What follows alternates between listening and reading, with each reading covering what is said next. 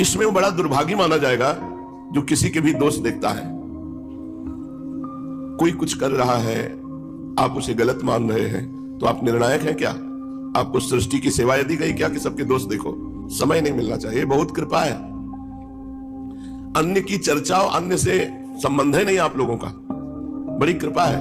अगर आपस में बैठकर गंदगी करो अंतःकरण की तो बात अलग है। नहीं, आप लोगों की दिनचर्या भगवान ने ऐसी बना दी है कि 1 मिनट का टाइम ही नहीं किसी के विषय में सोचने का।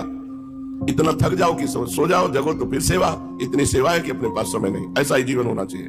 पूज्य पंडित दया प्रसाद जी की वाणी में पीछे कि आपकी दिनचर्या इतनी बिजी होनी चाहिए कि 1 मिनट भी खाली नहीं होना चाहिए। तो जो ऐसे घूमते रहते हैं वो एक दूसरे की निंदा करते हैं, एक दूसरे के दोष दर्शन करते हैं, दुर्भागी है।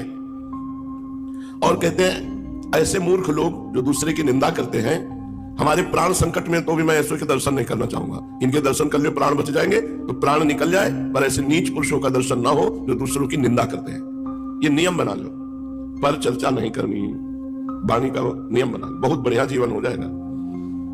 हमारे सदगुरुदेव भगवान का नियम है, पर चर्चा नहीं करते। कभी कुछ धीरे से बोल दे तो बोल दे, नहीं तो मौन। पर चर्चा का ज्ञान हमको गुरु जी से ही हुआ।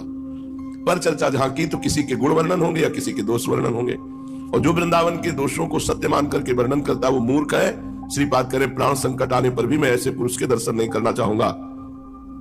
किसी भी विषय में क्यों ना हो, वो उपहासास्पद बन जाएंगे जो दूसरों के दोष दर्शन करेंगे।